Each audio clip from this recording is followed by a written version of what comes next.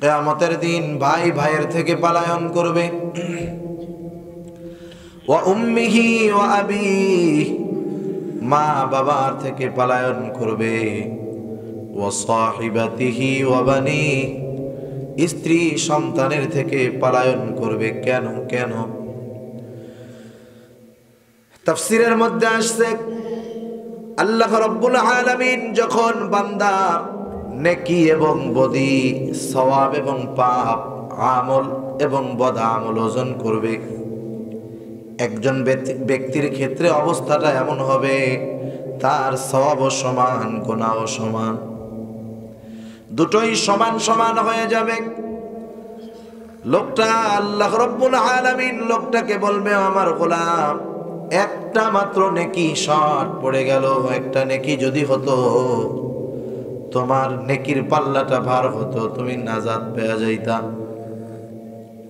এবার ওই লোকটা উচ্ছ্বাসের সাথে বলবে, আল্লাহ, আপনি যদি আমাকে একটু সুযোগ দেন, আজকে তো কিয়ামতের ময়দানে আমার অনেক বন্ধু বান্ধব আত্মীয় স্বজন আছে, আপনি যদি একটু সময় দেন, সুযোগ দেন, তাদের সাথে একটু দেখা করি, দেখা হলে একটা মাত্র নেকি আমি তাদের থেকে আনতে পারবো। আল্লাহ তাআলা তাকে বলবে, যাও বান্দা যাও, তুমি একটা নেকি নিয়ে আসো। লোকটা বড় আশা নিয়ে দুনিয়াতে তার বন্ধু বান্ধব যারা ছিল তাদেরকে খুঁজতে থাকবে, পেয়েও যাবে। দৌড় দিয়া বলবে, ও আমার বন্ধু, দুনিয়ায় কত একসাথে চলেছি, চলাফেরা করেছি, দুনিয়াতে বন্ধুর বিপদে রাত নাই দিন নাই, যখন ডেকেছি বলেছি আসছো, সাহায্য করেছো। আজকে তোমাদের সেই বন্ধু মাত্র একটা নেকির জন্য জান্নাতে যেতে পারে না। একটা নেকি তোমরা যদি দাও, তাহলে আমার জান্নাতে যাওয়ার ব্যবস্থা হয়ে যায়, বিপদ থেকে বেঁচে যাই। এইবার যেই বন্ধুদের কাছে একটা নেকি দাবি করবে, দুনিয়ার যুগ যুগ ধরে যাদের সাথে বন্ধুত্বের সম্পর্ক ছিল, ওই বন্ধুরা সেই দিন তাদের বন্ধুত্বকে অস্বীকার করবে, বলবে, চিনি না, তুমি কে, সরো এই জায়গা থেকে।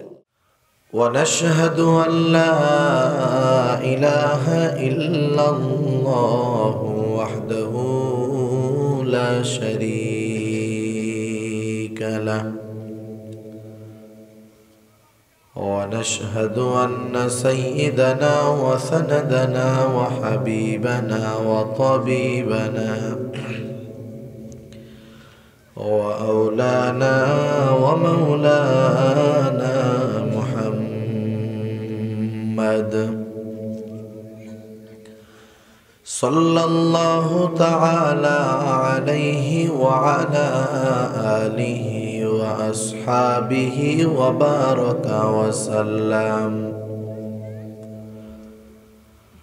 وبارك وسلم تسليما كثيرا كثيرا.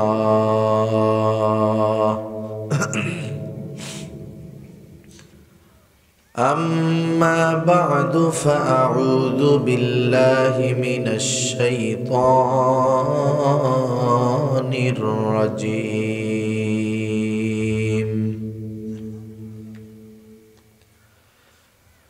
بسم الله الرحمن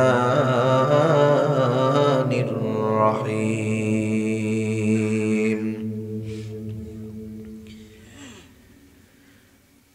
يا أيها الذين آمنوا قوا أنفسكم وأهليكم نارا وقودها الناس والحجارة عليها ملائكة غلاظ شداد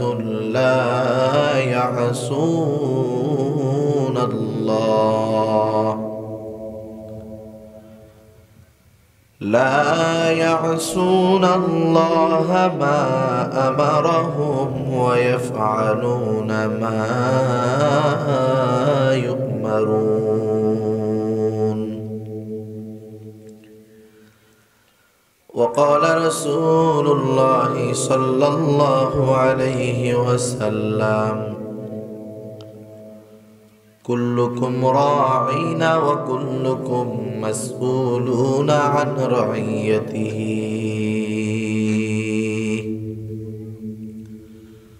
أو كما قال النبي صلى الله عليه وسلم صدق الله العلي العظيم وصدق رسوله النبي الكريم ونحن على ذلك من الشاهدين والشاكرين والحمد لله رب العالمين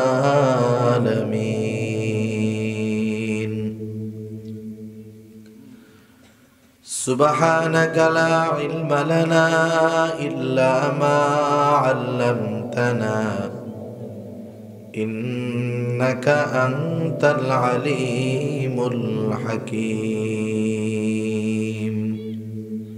আমরা মোহাব্বতের সাথে সবাই দুরূদ শরীফ পাঠ করি আল্লাহুম্মা সাল্লি আলা মুহাম্মাদিন ওয়া আলা আলি মুহাম্মাদ কামা সাল্লাইতা আলা ইব্রাহিম ওয়া আলা আলি ইব্রাহিম ইন্নাকা হামিদুম মাজিদ اللهم بارك على محمد وعلى آل محمد كما باركت على إبراهيم وعلى آل إبراهيم إنك حميد مجيد محمد نے آکر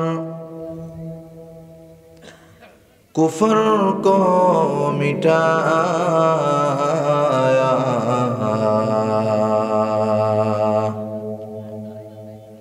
کفر کو مٹا کر صداقت کو بتایا بلغ العلا بکمالہ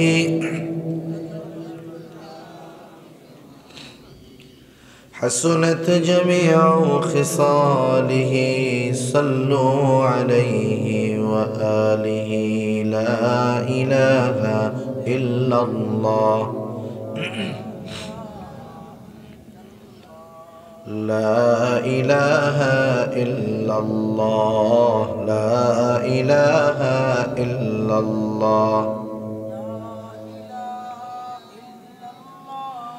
لا إله إلا الله لا إله إلا الله لا إله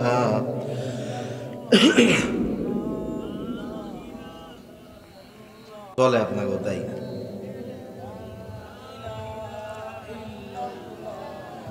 لا إله إلا الله لا إله إلا الله لا إله إلا الله لا إله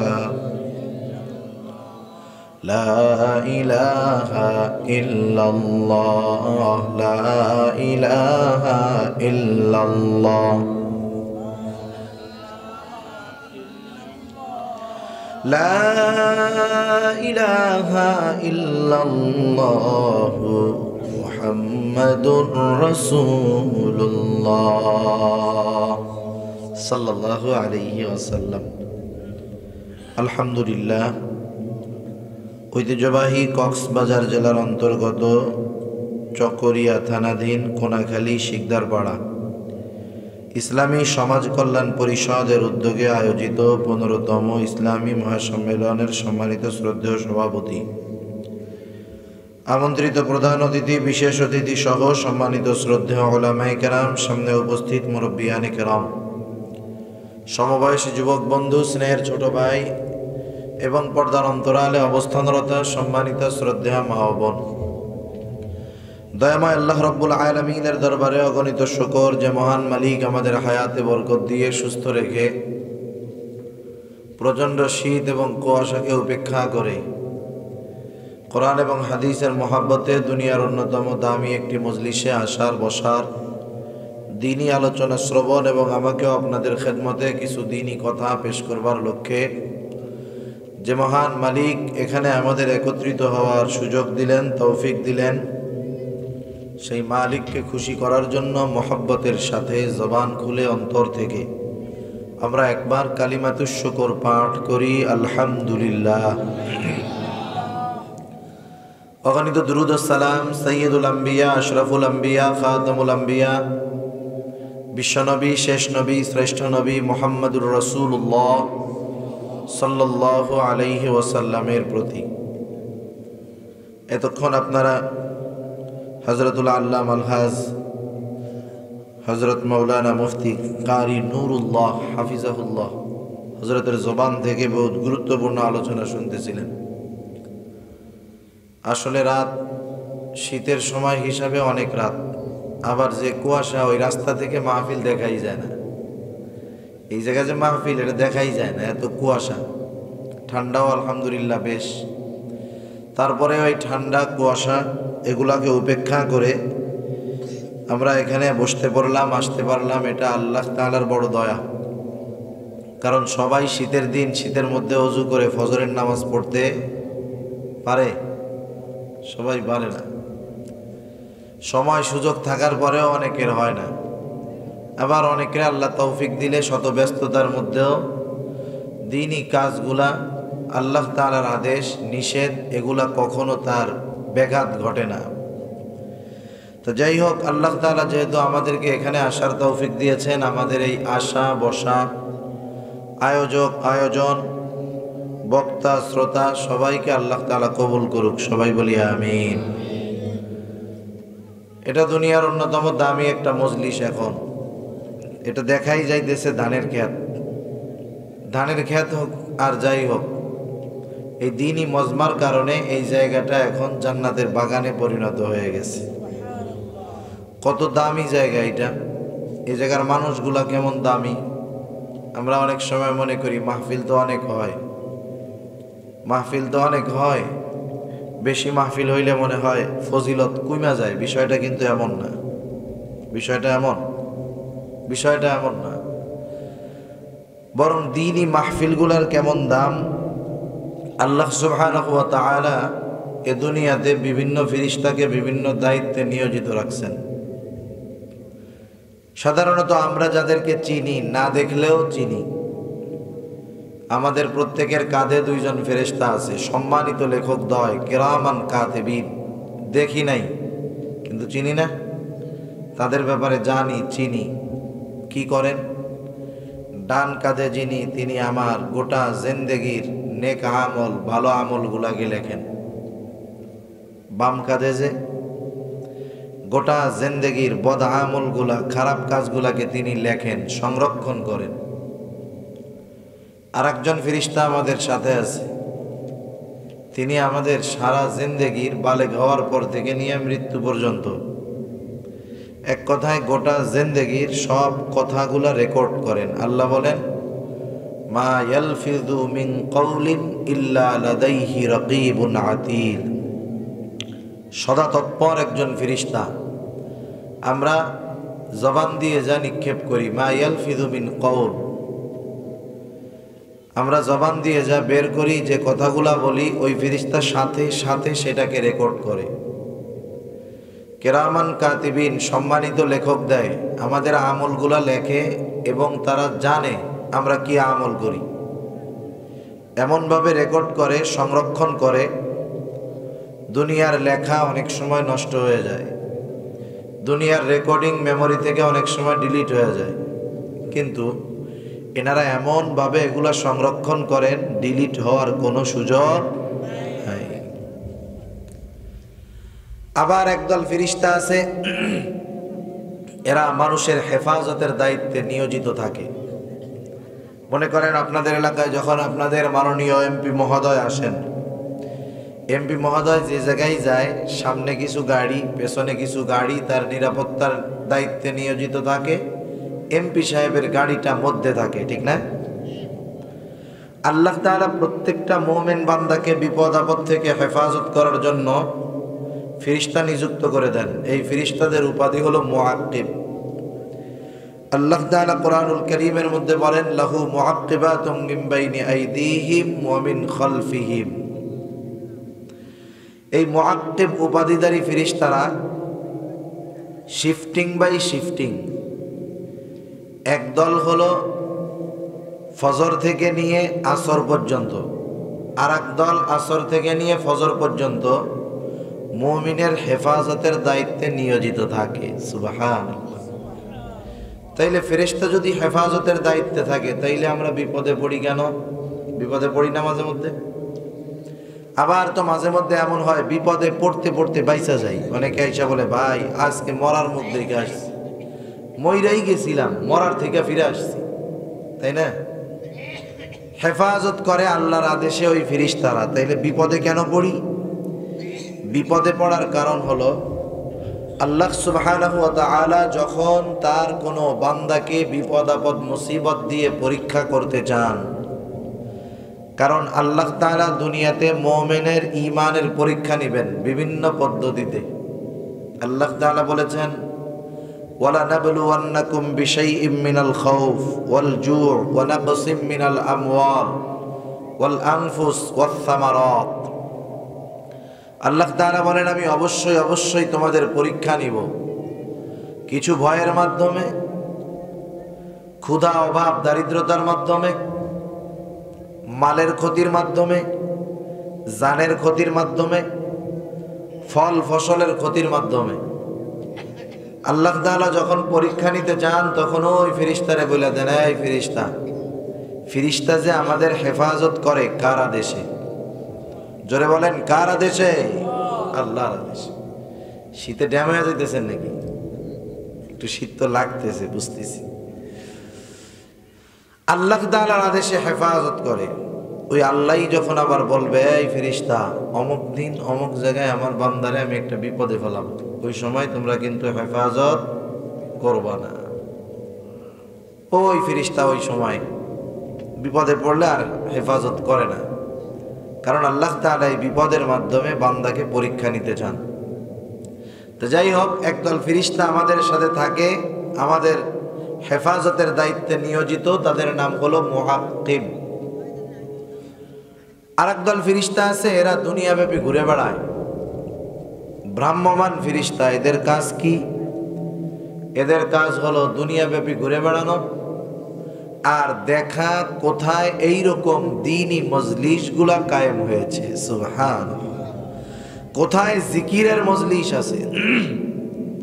জিকিরের মজলিস বলতে ওয়াজ মাহফিল বলেন, তাফসির মাহফিল বলেন, ইসলামী সম্মেলন মহাসম্মেলন বলেন, ইসলামী জলসা বলেন, ইসলাহি জলসা বলেন, যা হয় হোক, যে নামই হয় হোক না কেন, এগুলা সব জিকিরের মজলিস, ঠিক কিনা বলেন? এই মজলিসগুলাই দুনিয়ার কোনো কথা হয় না, কথা হয় কার? আল্লাহ তাআলার। এইরকম মজলিস যেখানেই ফেরেশতারা দেখে, ওই ব্রাহ্মমান ফেরেশতারা, তাদের মধ্যে থেকে একদল ফেরেশতা ওই মজলিস তথা মাহফিল যত বড় হোক আর যত ছোট হোক, মাহফিলের বক্তা যত পরিচিত হোক আর অপরিচিত হোক। এই মাইকের আওয়াজটা নষ্ট হয়ে গেছে, এই মাইকের আওয়াজটা ড্যাম হয়ে গেছে, ঠিক করেন। বক্তা যত পরিচিত হোক আর অপরিচিত হোক, তারা এসব দেখে না। লোক যত বেশি হোক আর কম হোক, তারা এসবও দেখে না। তারা ওই মজলিসের চতুর্দিক দিয়ে বেষ্টনী দিয়ে দাঁড়িয়ে যায়, লোক যদি 10 জন হয়। সুবহানাল্লাহ। শুধু তাই না, কি হয়, আল্লাহ তাআলা সব দেখে, সব জানে।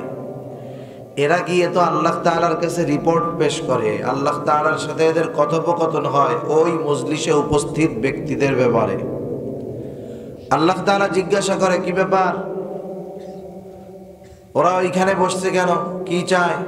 বলে আল্লাহ আপনাকে চাই, জান্নাত চাই, জাহান্নাম থেকে মুক্তি চাই। আল্লাহ তাআলা বলেন আমাকে দেখছে? বলে না দেখে নাই। জান্নাত দেখছে? না দেখে নাই। জাহান্নাম দেখছে? না দেখে নাই। আল্লাহ তাআলা বলেন শোনো, যারা আমাকে না দেখে, জান্নাত না দেখে, জাহান্নাম না দেখে, আমি আল্লাহকে পাওয়ার আশায়, জাহান্নাম থেকে বাঁচার আশায়, জান্নাতের আশায় এখানে বসছে, আমি আল্লাহ সবার গুনাহগুলো মাফ করে দিলাম। সবার সগীরা গুনাহ মাফ হয়ে যায়। যার সগীরা গুনাহ নাই, আল্লাহ তাআলা এর মর্তবা মর্যাদা বাড়ায় দেয়। আরো সুসংবাদ আছে। আপনারা যদি কেউ এই খবর পান যে মন্ত্রিসভার বৈঠকে প্রধানমন্ত্রী আপনাদের এলাকার একজনের নাম ধরে খুব প্রশংসা করছে, যে কোনাখালী শিকদারপাড়ার আব্দুর রহমান লোকটা খুব ভালো, প্রধানমন্ত্রী মন্ত্রিসভার বৈঠকে এরকম বলছে, এরকম খবর যদি আপনার কাছে আসে, খুশি হবেন না বেজার হবেন? নিঃসন্দেহে সবাই খুশি হবে। আর হাদিসের মধ্যে আসছে কি, আল্লাহর নবী বলেন ওয়াযাকারাহুমুল্লাহু ফী মান ইনদা, এই দ্বীনি মজলিসগুলায় যারা থাকে, আল্লাহ সুবহানাহু ওয়া তাআলা ফেরেশতাদের মজলিসে, আল্লাহর নৈকট্য পেয়ে প্রাপ্ত ফেরেশতাদের মজলিসে ওই বান্দাদের ব্যাপারে আল্লাহ তাআলা আলোচনা করে। আপনারা খুশি হন নাই? খুশি হন নাই? তাহলে সুবহানাল্লাহর আওয়াজ কই? হ্যাঁ, প্রধানমন্ত্রীর মুখ দিয়ে বাইরে হলে খুশি লাগতো, আল্লাহ কইলে বেজার লাগে, খারাপ লাগে, তাই না? আওয়াজ করে সুবহানাল্লাহ বলেন, আরো জোরে বলেন সুবহানাল্লাহ। আপনারা ড্যাম হয়ে যান, আপনারা তো চকরিয়ার মানুষ, স্ট্রং। আপনারা যদি একটু সুবহানাল্লাহ আলহামদুলিল্লাহ না বলেন, আমিও তো ড্যাম হয়ে যাওয়ার সম্ভাবনা আছে। তা যাই হোক, আমি আপনাদের খেদমতে পবিত্র কোরআনুল কারীমের সূরাতুত তাহরীম থেকে একটা আয়াত এবং রাসূল আকরাম সাল্লাল্লাহু আলাইহি ওয়াসাল্লামের অগণিত হাদিস থেকে একটা হাদিসের অংশ পাঠ করেছি। আল্লাহ তাআলার কাছে তৌফিক চাই, অল্প সময়ের মধ্যে আল্লাহ কিছু কথা বলার তৌফিক দেন, যে কথাগুলো আমার এবং আপনাদের সকলের দুনিয়া এবং আখিরাতের জন্য কল্যাণ করা হয়। সকলে বলি আমিন। সম্মানিত উপস্থিতি, কিয়ামতের ময়দানে নেক আমল করার পরেও, ঈমান এবং নেক আমল থাকার পরেও যেই মানুষগুলা সবচাইতে বেশি বিপদে পড়ে যাবে, সেই মানুষগুলা হলো তারা যারা দুনিয়াতে মানুষের হক নষ্ট করছে। আল্লাহ সুবহানাহু ওয়া তাআলা হককে প্রথমত দুই ভাগে ভাগ করছেন। একটা হলো আল্লাহ তাআলার হক, আর একটা হলো সৃষ্টির হক, মাখলুকের হক বা মানুষের হক, বান্দার হক। আল্লাহ তাআলার হক কি? আল্লাহ তাআলার হক হলো, আল্লাহই বলেন ওয়া'বুদুল্লাহ ওয়া লা তুশরিকু বিহি শাইআ, তোমরা আল্লাহ তাআলার ইবাদত করবা, তার সাথে কোনো কিছুর শিরিক করবা না। শেষ, এটা আল্লাহর হক। এখন কোনো ব্যক্তি যদি আল্লাহর হক নষ্ট করে, ইবাদত না করে, নামাজ না পড়ে, রোজা না রাখে, আল্লাহ হলেন মহান। আল্লাহ কি? মহান। উনি যেমন মহান, ওনার দয়া, মায়া, রহমত, ক্ষমা, গুসা সব মহান। শুধু তাই না, গুসার চাইতে দয়া, রহমত বেশি। হাদিসে কুদসির ভিতরে আসছে, আল্লাহ তাআলা বলেন সাবাকাত রহমতি আলা গজবি, আমার দয়া, আমার রহমত আমার গজবকে অতিক্রম করে গিয়েছে। সুবহানাল্লাহ। দয়া, রহমত বেশি। শয়তানের ধোকায় পড়ে কেউ যদি আল্লাহর হক নষ্ট করে, আল্লাহ তাআলা চাইলে তার দয়া, রহমতের কারণে তাকে ক্ষমা করে দিতে পারে কি পারে না? আল্লাহ তাআলা পারে। কিন্তু মানুষের দিল অত্যন্ত ছোট, মানুষের অন্তর ছোট, সেজন্য মানুষের ক্ষমা, দয়া, মায়া এগুলাও অনেক ছোট। কিয়ামতে আল্লাহ তাআলা তার হক নষ্ট করলে মাফ করে দিতে পারেন, কিন্তু কিয়ামতের দিন কোনো ব্যক্তি যদি বান্দার হক নষ্ট করে, যাদের হক নষ্ট করলো আল্লাহ না করুন, তারা যদি কিয়ামতের ময়দানে নেকির স্বল্পতায় পড়ে যায়, সমস্যায় পড়ে যায়, তাহলে ওই বান্দার হক যে নষ্ট করেছে সে যতই আমল করুক না কেন, কিয়ামতের ময়দানে সে বিপদে পড়ে যাবে। আমরা যদি এটা মনে করি যে আমার কাছের আত্মীয় স্বজন, আমার সন্তান, আমার মা বাবা, আমার স্ত্রী, এরা তো দুনিয়াতে আমার আপন, এরা আমারে মনে হয় দূরে ঠেলবে না, বিষয়টা কিন্তু এমন নয়। কিয়ামতের ময়দানের অবস্থা কি হবে? মানুষ মানুষের পরিচয় দিতে চাবে না, প্রত্যেকে নিজের চিন্তা করবে। আল্লাহ তাআলা একটা চিত্র আমাদের সামনে তুলে ধরেন। আল্লাহ তাআলা পবিত্র কোরআনুল কারীমের সূরা আবাসার মধ্যে বলেন, সূরা আবাসার মধ্যে আল্লাহ তাআলা বলেন, ইয়াউমা ইয়াফিরুল মার'উ মিন আখিহি ওয়া উম্মিহি ওয়া আবিহি ওয়া সাহিবাতিহি ওয়া বানিহি লিকুল্লি ইমরিইন মিনহুম ইয়াওমাইযিন শা'নুন ইউগনিহি। আল্লাহ রাব্বুল আলামিন বলেন, কিয়ামতের দিন ভাই ভাইয়ের থেকে পলায়ন করবে। ওয়া উম্মিহি ওয়া আবিহি, মা বাবার থেকে পলায়ন করবে। ওয়া সাহিবাতিহি ওয়া বানিহি, স্ত্রী সন্তানের থেকে পলায়ন করবে। কেন কেন?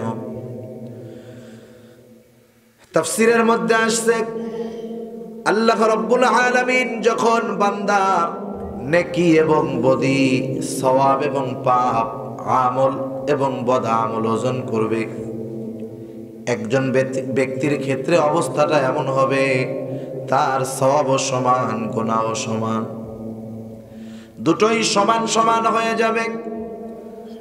লোকটা, আল্লাহ রাব্বুল আলামিন লোকটাকে বলবে, আমার গোলাম, একটা মাত্র নেকি শর্ট পড়ে গেল, একটা নেকি যদি হতো, তোমার নেকির পাল্লাটা ভার হতো, তুমি নাজাত পেয়ে যাইতা। এবার ওই লোকটা উচ্ছ্বাসের সাথে বলবে, আল্লাহ, আপনি যদি আমাকে একটু সুযোগ দেন, আজকে তো কিয়ামতের ময়দানে আমার অনেক বন্ধু বান্ধব, আত্মীয় স্বজন আছে, আপনি যদি একটু সময় দেন, সুযোগ দেন, তাদের সাথে একটু দেখা করি, দেখা হলে একটা মাত্র নেকি আমি তাদের থেকে আনতে পারবো। আল্লাহ তাআলা তাকে বলবে, যাও বান্দা যাও, তুমি একটা নেকি নিয়ে আসো। লোকটা বড় আশা নিয়ে দুনিয়াতে তার বন্ধু বান্ধব যারা ছিল তাদেরকে খুঁজতে থাকবে, পেয়েও যাবে। দৌড় দিয়া বলবে, আমার বন্ধু, দুনিয়ায় কত একসাথে চলেছি, চলাফেরা করেছি, দুনিয়াতে বন্ধুর বিপদে রাত নাই দিন নাই, যখন ডেকেছি বলেছি আসছো, সাহায্য করেছো, আজকে তোমাদের সেই বন্ধু মাত্র একটা নেকির জন্য জান্নাতে যেতে পারে না। একটা নেকি তোমরা যদি দাও তাহলে আমার জান্নাতে যাওয়ার ব্যবস্থা হয়ে যায়, বিপদ থেকে বেঁচে যাই। এইবার যেই বন্ধুদের কাছে একটা নেকি দাবি করবে, দুনিয়ার যুগ যুগ ধরে যাদের সাথে বন্ধুত্বের সম্পর্ক ছিল, ওই বন্ধুরা সেই দিন তাদের বন্ধুত্বকে অস্বীকার করবে, বলবে, চিনি না, তুমি কে, সরই জায়গা থেকে, নিজের চিন্তায় বাঁচতেছি না, আর একজন কোত্থেকে এসে হাজির। বন্ধুদের কাছ থেকে হতাশ হয়েও চিন্তা করবে, ভাইয়ের কাছে যাই, ভাই সেই দিন তার ভাইকে অস্বীকার করবে।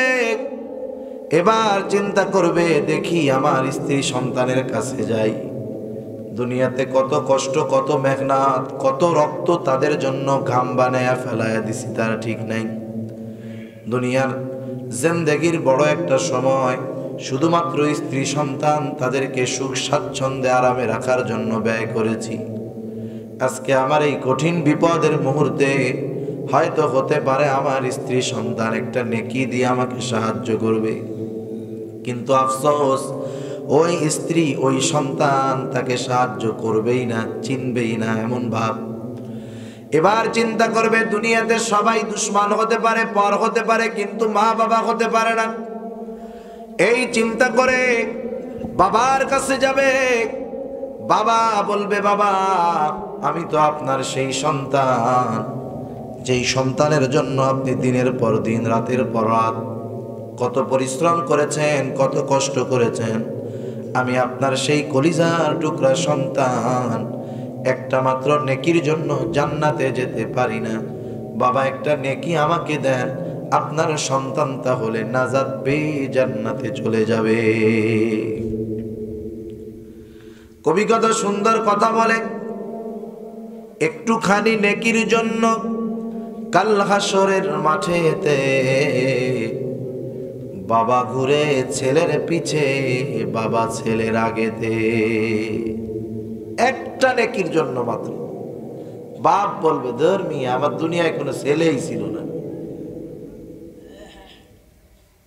এবার ব্যর্থ হয়ে মার কাছে চলে যাবে, চিন্তা করবে কলিজার টুকরা মা, যেই মা আমাকে 10 মাস গর্ভে রেখেছে, 2টা বছর দুধ পান করিয়েছে, আমার খুশিতে খুশি হয়েছে, আমার কষ্টে ব্যথা পেয়েছে। হয়তো আজকে এই কঠিন মুসিবতের সময় সবাই যদিও ফিরাইয়া দিল, কিন্তু মা আমাকে ফিরাইয়া দিবে না।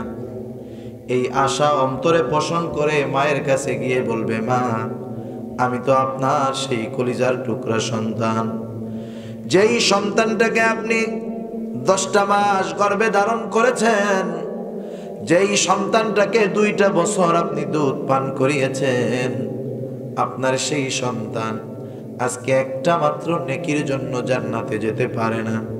মা আপনি যদি আমাকে একটা নেকি দেন, আমি নাজাত পেয়ে যাই, আপনার সন্তান জান্নাতে চলে যাবে। সব কথাগুলো শোনার পরে মা বলবে, শোনো, দুনিয়াতে আমার বিবাহ হয়েছিল ঠিক, কিন্তু আমার কোনো সন্তান ছিল কিনা আমার মনে নাই। মা তার মাতৃত্ব অস্বীকার করবে, সন্তান অস্বীকার করবে। কেমন এক মুহূর্ত চিন্তা করেন। ওই দিন যদি আমি আপনি ধরা পড়ে যাই, বলেন বিপদ আছে না নাই? এমন একটা দিন, যেই দিন কেউ কাউকে ছাড় দিতে যাবে না। দুনিয়ার মধ্যে কেউ যদি বাবার কাছে হক পাওনা থাকে, বাপকেও ছেড়ে দিবে না। রাসূল আকরাম সাল্লাল্লাহু আলাইহি ওয়াসাল্লাম, বান্দার হক কতটা গুরুত্বপূর্ণ একটি বিষয়, অথচ সমাজে আমরা অধিকাংশ মানুষ আল্লাহর হকের ব্যাপারে সচেষ্ট থাকলেও বান্দার হকের ব্যাপারে আমরা চিন্তাও করি না। বান্দার হকটারে স্যাম্পল বিষয় মনে করি আমরা, কিন্তু এটা বেশি জটিল। রাসূল আকরাম সাল্লাল্লাহু আলাইহি ওয়াসাল্লাম একদিন সাহাবাদের মজলিসে জিজ্ঞাসা করতেছেন, ও আমার সাহাবারা, বলো তো কিয়ামতের ময়দানে সবচাইতে নিঃস্ব ব্যক্তি কে হবে? কে হবে মিসকিন? গরিব এক জিনিস, মিসকিন আর এক জিনিস। ফকির এক জিনিস, নিঃস্ব আর এক জিনিস। গরিব হলো সে যার সম্পদ আছে তবে সেটা কম, কিন্তু নিঃস্ব হলো সে যার একেবারেই কোনো কিছুই নাই, সে হলো মিসকিন। আমরা কই না ফকির মিসকিন? ফকির মিসকিনের মধ্যে তফাৎ হলো এটা। ফকির হলো তার সব আছে কিন্তু কম কম, ঘর আছে কিন্তু ঘরটা একবারে নরমাল, টাকা আছে কিছু কিন্তু একবারে কম, পোশাক কিছু আছে কিন্তু নরমাল। কিন্তু মিসকিন হলো যে তার ঘর নাই, বাড়ি নাই, পোশাক নাই, কিচ্ছু নাই, মিসকিন। নবীজি বলেন কিয়ামতের দিন সবচাইতে নিঃস্ব হবে কোন ব্যক্তি? সাহাবারা বলল, আল্লাহ এবং তার রাসূল ভালো জানেন। নবীজি বললেন, শোনো, কিয়ামতের দিন একটা মানুষ পাহাড় পরিমাণ নেক নিয়ে আল্লাহর সামনে হাজির হবে। নেকের পরিমাণ দেখে লোকটা মনে মনে আনন্দিত হবে, এত পরিমাণ নেক, আজকে আমার জান্নাতে যাওয়া কে ঠেকায়? কিন্তু আল্লাহ তাআলার অনুমতি ছাড়া তো জান্নাতে যাওয়া যাবে না। লোকটা এবার আল্লাহ তাআলার অনুমতির জন্য অপেক্ষমান, যে আল্লাহ অনুমতি দিলেই সে জান্নাতে চলে যাবে। কিন্তু এই লোকটাকে আল্লাহ তাআলা জান্নাতে যাওয়ার অনুমতি দেওয়ার পূর্বে ওই লোকের ব্যাপারে আল্লাহ রাব্বুল আলামিনের কাছে একজন মানুষ অভিযোগ দায়ের করবে। একজন লোক যায় বলবে, আল্লাহ, এই যে পাহাড় পরিমাণ নেকের মালিক, জান্নাতে যাওয়ার জন্য অপেক্ষা করতেছে। ওরে জান্নাতে যাওয়ার অনুমতি দেওয়ার পূর্বে ওর সাথে আমার একটা হিসাব নিকাশ আছে। আয় আল্লাহ, ওর ব্যাপারে আপনার দরবারে আমার অভিযোগ আছে। আল্লাহ রাব্বুল আলামিন এইবার ওই লোকটার অভিযোগটাকে গ্রহণ করবে, কবুল করবে। কারণ কিয়ামতের দিন হলো ইনসাফ এবং ন্যায় বিচার প্রতিষ্ঠার দিন। ওই লোকটা আল্লাহর কাছে বলবে, আল্লাহ, এই যে পাহাড় পরিমাণ নেকের মালিক লোকটা আমার পরিচিত। এই লোকটা দুনিয়াতে অনেক টাকাওয়ালা ছিল, ধনবল লোকবল ছিল, তার ক্ষমতা সম্পদের পাওয়ারে আল্লাহ আমি তার প্রতিবেশী ছিলাম, আমার উপরে জুলুম করেছে, অত্যাচার করেছে, আমার জমি দখল দিয়েছে, কষ্ট দিয়েছে বিভিন্ন রকম। আয় আল্লাহ, দুনিয়ার মধ্যে আমি গরিব মানুষ, আমার বিচার দেওয়ার কোনো জায়গা ছিল না, আমার বিচার কেউ গ্রহণ করে নাই, বরং বিচার চাইতে গিয়ে আমি আরো বড় বিপদের সম্মুখীন হয়ে গেছি। হয় কি হয় না? গরিব মানুষ যারা মাজলুম গরিব, এরা যখন কোথাও ন্যায় বিচারের জন্য যায়, যার বিরুদ্ধে অভিযোগ করে সে যদি প্রভাবশালী হয়, অনেক সময় তারে বলা হয়, বেটা ওইটা গেছে ভালো, এখন জানটা হারাইস না। বলে না এরকম? আরে তোর একটু জমি গেছে তাতে কি, এখন এই জমি যদি ফেরানোর লেগে মামলা করো তো জানি যাইব, ভাগ ভাগ। আছে না এরকম? আপনাদের এলাকায় মনে হয় নাই? যাই হোক, অবস্থা কি দেখেন, ওই ব্যক্তি বলবে, আল্লাহ, দুনিয়ায় আমি ন্যায় বিচার পাই নাই, আজকেও কি আল্লাহ আমি আমার উপরে জুলুমের বিচারটা পাবো না? আল্লাহ তাআলা তো ওই দিন ন্যায় বিচার কায়েম করবে। আল্লাহ তাআলা কোরআনুল কারীমের মধ্যে বলেন, ওয়ানাদউল মাওয়াজিনাল কিসত লিয়াউমিল কিয়ামাহ ফালা তুযলামু নাফসুন শাইআ ওয়া ইন কানা মিসকালা হাববাতিন মিন খারদালিন আতাইনা বিহা ওয়া কাফা বিনা হাসিবিন। আল্লাহ রাব্বুল আলামিন বলেন, আমি কিয়ামতের দিন ইনসাফের আদালত কায়েম করব। এমন এক আদালত, এমন এক বিচারালয়, দুনিয়ার আদালত, দুনিয়ার বিচারালয়ের মধ্যে ন্যায় বিচার নাই। দুনিয়ার আদালতে বাস্তবেই ন্যায় বিচার নাই। আরে এমন হয় 10 খুনের আসামি জেলের মধ্যে আরামে, আর একজন সামান্য দ্বীনি কথা বলার কারণে জেলের মধ্যে পস্তায় আর পচে যায়। আছে না এরকম? আপনি দিনের পথে আছেন, দিনের কথা বলছেন, সামান্য ত্রুটির কারণে দইরা কষ্টের মধ্যে রেখে দিছে। গোটা দুনিয়ার পরিবেশটাই এরকম। আবার কত জায়গায় দেখেন, বিনা অপরাধে বছরের পর বছর শাস্তি কাটতেছে। আছে না নাই? অভাব নাই। এর দ্বারা বোঝা যায় দুনিয়ার মধ্যে ন্যায় বিচার নাই, ন্যায় বিচার নাই। আয় আল্লাহ, ন্যায় বিচার দুনিয়াতে পাই নাই। আল্লাহ তাআলা জানায় দিবেন, গোলাম, আজকে আমি এমন ন্যায় বিচার প্রতিষ্ঠা করব, ফালা তুযলামু নাফসুন শাইআ, কারো প্রতি ন্যূনতম কোনো জুলুম করা হবে না। যে যেটার প্রাপ্য তারে সেটা না দেওয়া জুলুম। যে যেটার প্রাপ্য তাকে সেটা না দেওয়া জুলুম। মনে করেন আপনার এক সন্তান শাস্তিযোগ্য অপরাধ করছে, অন্যান্য উদাহরণ বাদ, নিজেকে পোলাগ দিয়াই কই, আপনার ছেলে শরীয়তের দৃষ্টিতে শাস্তিযোগ্য অপরাধ করছে, আপনি যদি শাস্তি না দেন আপনি ওর উপরে জুলুম করছেন। কথা বোঝেন নাই? যে যেটা প্রাপ্য তারা সেটা না দেওয়াই তো জুলুম, ঠিক না? সেজন্য এমনটা হবে না যে শরীয়তের আলোকে যে জাহান্নামে যাওয়ার কথা আল্লাহ তারে জান্নাতে দিয়ে দিবে না, তাহলে এটা জুলুম হবে না? জুলুম হবে।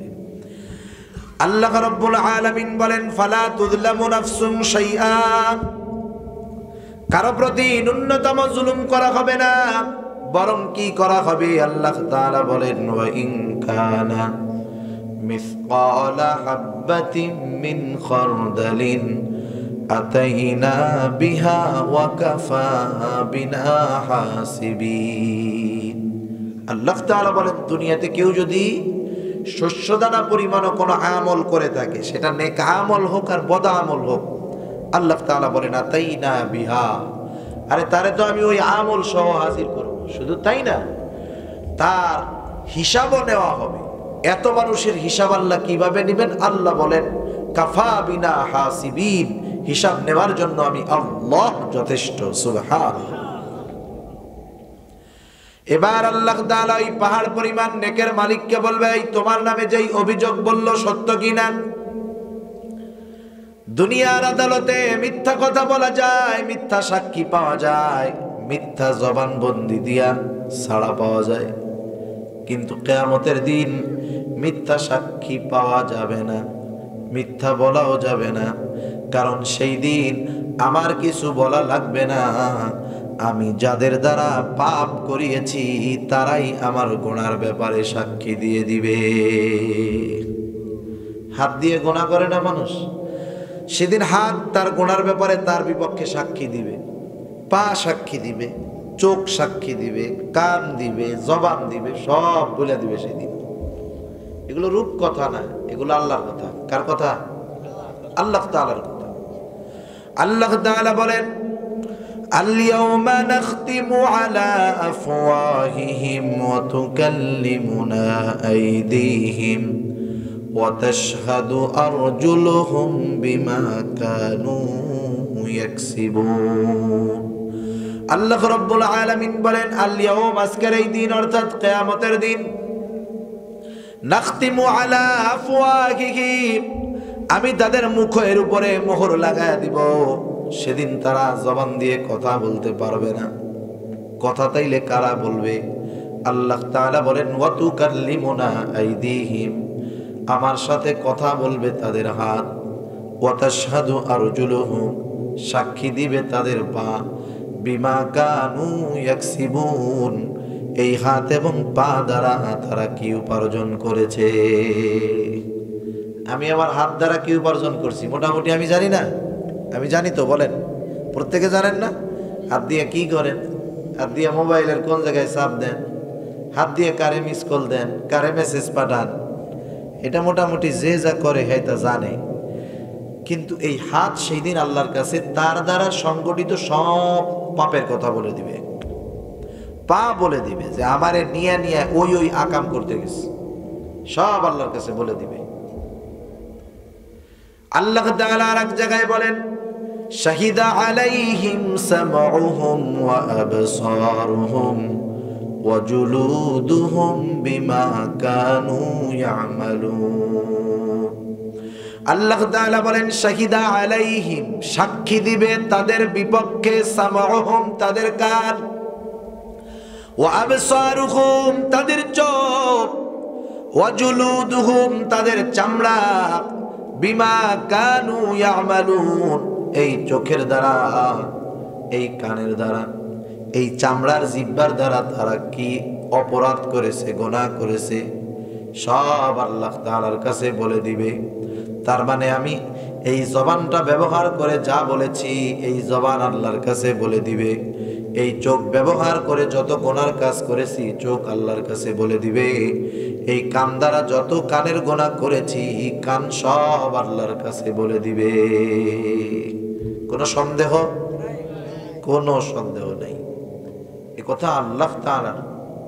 ন্যূনতম ঈমান যার আছে, অবিশ্বাসের সুযোগ নাই। এখন বলেন তো, এরা তো দুনিয়াতে কথা কয় না, কথা কয়? আপনি হাত দিয়ে যত অপরাধ করেন, আমরা হাত দিয়ে যত গুনাহ করি না কেন, হাত বলবে যে না ভাই আর করিস না, আমি কিন্তু কিয়ামতে আল্লাহর কাছে কইয়া দিব? বলে হাত কোনোদিন? চোখ, কান, পা এরা কি বলে?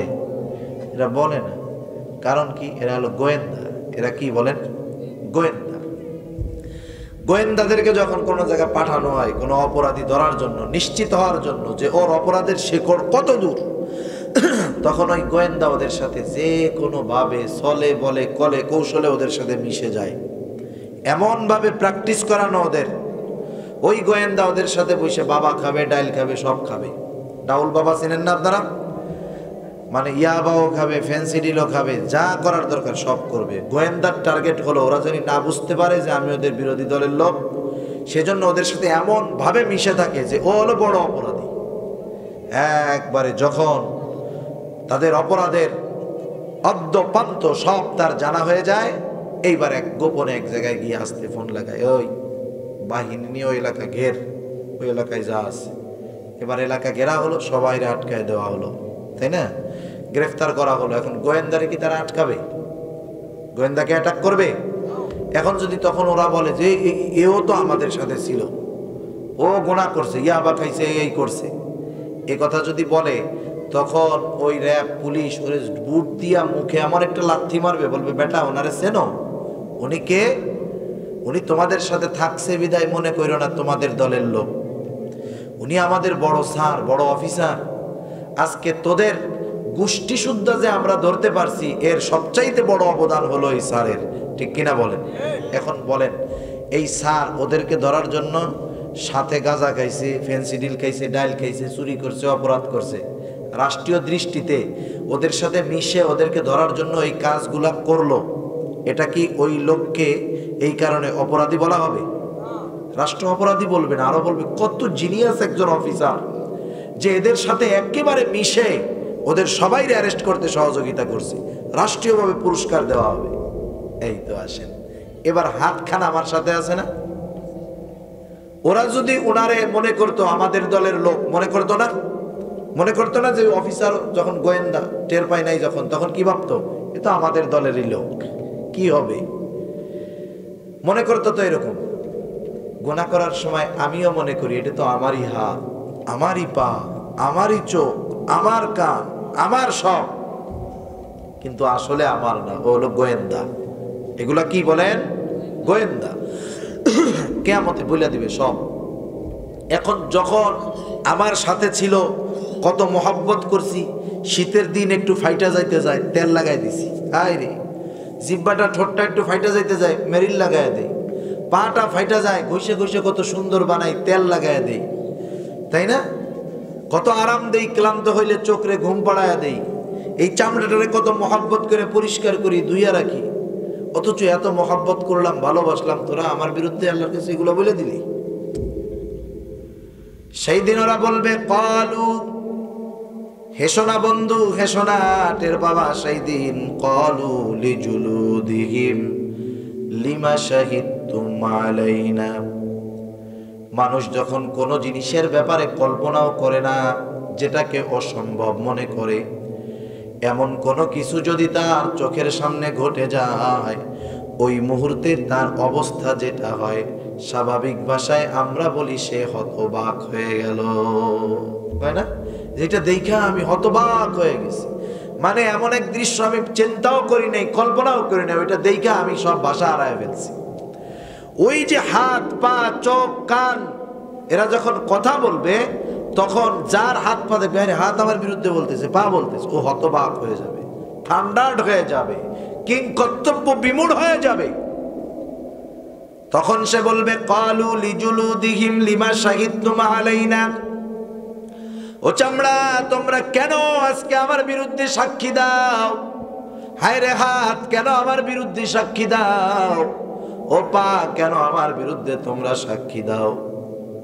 এইবার চামড়া তাদের পক্ষ থেকে জবাব দিবে, ক্বালু আনতাকানাল্লাহুল্লাযী আনতাকা কুল্লা শাই।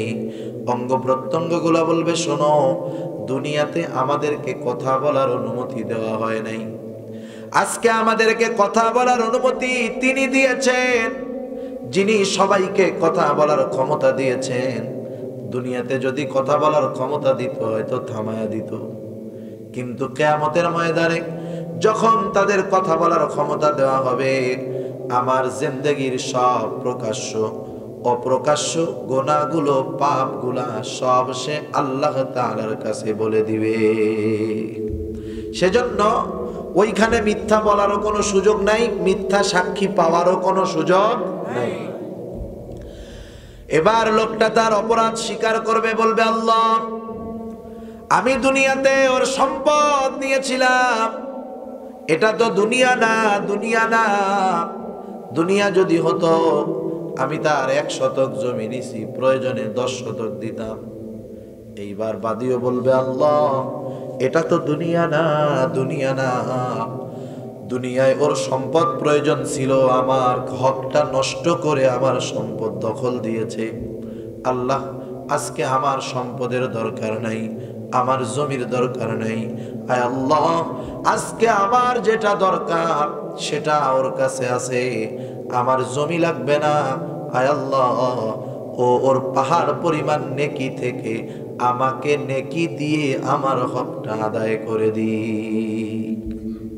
এবার আল্লাহ বলবে দাও, পাহাড় পরিমাণ নেকের মালিক তুমি সওয়াব দিয়ে হক আদায় করো।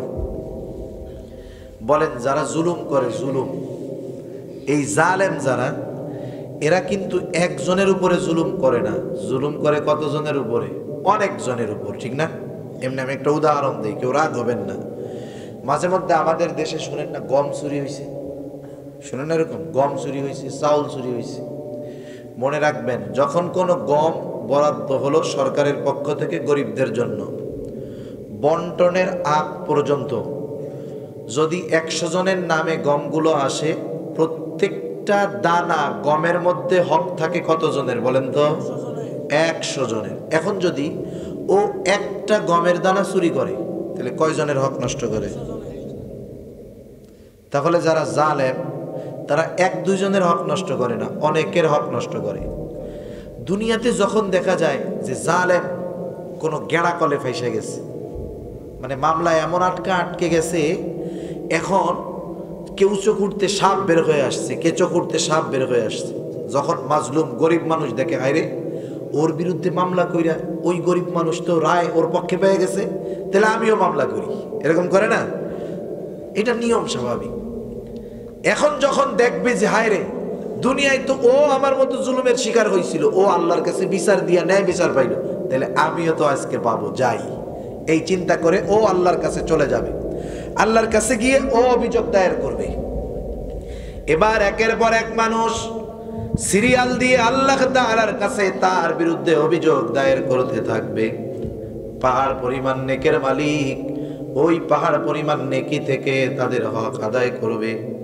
মানুষের হক আদায় করতে করতে একটা সময় পাহাড় পরিমাণ নেকের মালিকের নেকিগুলা শেষ হয়ে যাবে, আর নেকি নাই, কিন্তু অভিযোগকারী আছে।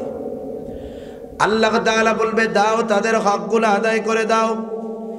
পাহাড় পরিমাণ নেকের মালিক বলবে আল্লাহ মানুষের হক আদায় করতে করতে আমার পাহাড় পরিমাণ নেকি শেষ হয়ে গেছে, এখন আর আমার নেকি নেই। এবার অভিযোগকারীরা বলবে আল্লাহ ওর নেকি নাই, অসুবিধা নাই, আমাদের গোনাগুলা ও নিয়ে আমাদের হকটা আদায় করে দিক। নেকি দিতে পারো না, অসুবিধা নেই, আমাকে গোনাগুলা নাও। এবার মানুষের গোনা নিয়ে হক আদায় করবে। নবীজি বলেন পাহাড় পরিমাণ গোনার মালিক হবে এবার সে। অথচ লোকটা নামাজের অভাব ছিল না, তাসবিহ তাহলিলের অভাব ছিল না, হজ যাকাতের অভাব ছিল না, কিন্তু শুধুমাত্র একটা বদ অভ্যাস ছিল যে সে মানুষের হক নষ্ট করত, হক আদায় করে নাই, বরং হক নষ্ট করেছে, যার কারণে তার সব কৃত আমল মানুষকে দিয়ে সে অন্য লোকের পাপ নিয়ে কিয়ামতের ময়দানে সবচাইতে নিঃস্ব ব্যক্তি হয়ে গেছে। তাহলে বান্দার হক জটিল জিনিস না? সেই হকের সম্পর্ক ছেলের সাথে বাবার হক, বাবার সাথে ছেলের হক। অধিকাংশ ক্ষেত্রে দেখা যায় আমরা হক শুধু বাহিরের গুলা নষ্ট করে, অনেকে মনে করে, মানুষ মনে হয় বোনের হক নষ্ট করে, প্রতিবেশীর হক নষ্ট করে। আসলে বিষয়টা এমন না, ওগুলা তো করেই। আবার অধিকাংশ মানুষ নিজের ঘরে নিজের সন্তান, নিজের পরিবারের ব্যাপারেও হক নষ্ট করে। আমরা হক বলতে বুঝি মনে হয় টাকা পয়সা আর জমি জাতির লেনদেন, এটা মনে করি যে টাকা পয়সা আর স্থাবর অস্থাবর সম্পদ এগুলাই মনে হয় হকের সাথে সম্পৃক্ত বিষয়। তা না, হক কি দেখেন। একজন মুরব্বী মানুষ, নবীজি কি বলছে? মাল্লাম ইয়ারহাম সগীরানা ওয়া লাম ইউক্কির কাবীরানা ফালাইসা মিন্না। হকটা কত জটিল। তার মানে ছোটর থেকে বড় ভালো ব্যবহার পাবে, বড়র থেকে ছোট ভালো ব্যবহার পাবে। আমার কাছে একজন বড় মানুষ ভালো ব্যবহার পাবে, এটা তার হক। আমি একজনের বড় মানুষের কাছে ভালো আচরণ পাবো, এটা আমার হক তার কাছে। সুবহানাল্লাহ। এজন্য নবী এক হাদিসে কি বলে জানেন? নবীজি বলেন, তোমরা সেই দিন আসার আগে বাদী বিবাদীর মধ্যে ফয়সালা মিটায় নাও। যেই দিন আল্লাহ তাআলা বাদী বিবাদীর মধ্যে মীমাংসা করে দিবে, সেই দিন আসার পূর্বে তোমরা যদি অন্যায়ভাবে কাউকে কথার দ্বারাও একটা কষ্ট দিয়ে থাকো, সেই দিন আসার পূর্বে তোমরা তার কাছে ক্ষমা চেয়ে নাও।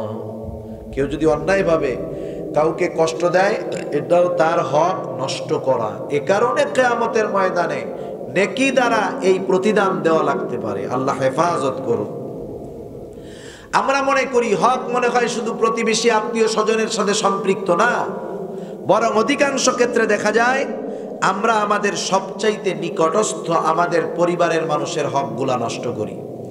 একটা একটা বললে তো অনেক লম্বা আলোচনা হবে, অতদূর তো সম্ভব নয়। বর্তমান সময়ে যেগুলার মধ্যে সবচাইতে বেশি আমরা দেখতে পাই, এর মধ্যে একটা হলো মা বাবার হক বা সন্তানের হক। অনেক ক্ষেত্রে মা বাবার অভিযোগ এরকম, অনেক বৃদ্ধ মা বাবা অনেক জায়গায় মাহফিলে গেলে সুন্দর মতো কানের কাছে আইসা বইসা বলে, বাজান তুমি আমার সন্তানের বয়সী, তা দেখো আমার 3টা সন্তান বিদেশে থাকে, একজন ডাক্তার, একজন ইঞ্জিনিয়ার, একজন অমুক বিশ্ববিদ্যালয়ের প্রফেসর।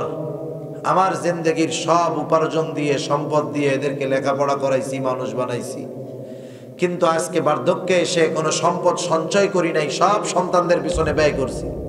আজকে বার্ধক্যে এসেছি, আজকে আমার সন্তানেরা টাকা গাড়ি বাড়ির মালিক হওয়ার পরেও আমার একটা নাপা ট্যাবলেট কেনার টাকাও দেয় না।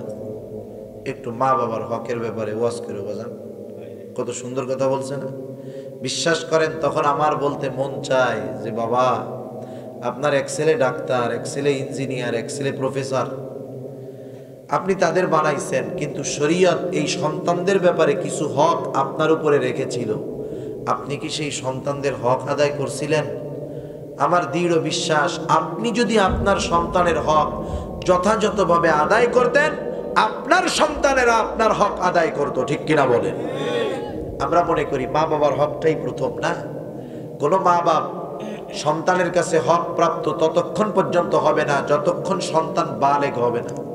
মা বাবা যদি কোনো 5 বছরের বাচ্চারে বলে, যা তুই সিএনজি চালাইয়া টাকা আইনা আমারে দিবি, আমি বৈশা বৈশা খামু, নাইলে কিন্তু তোর লাগে বদদোয়া দিব, এটা কি কোনো ভালো বিষয় হবে?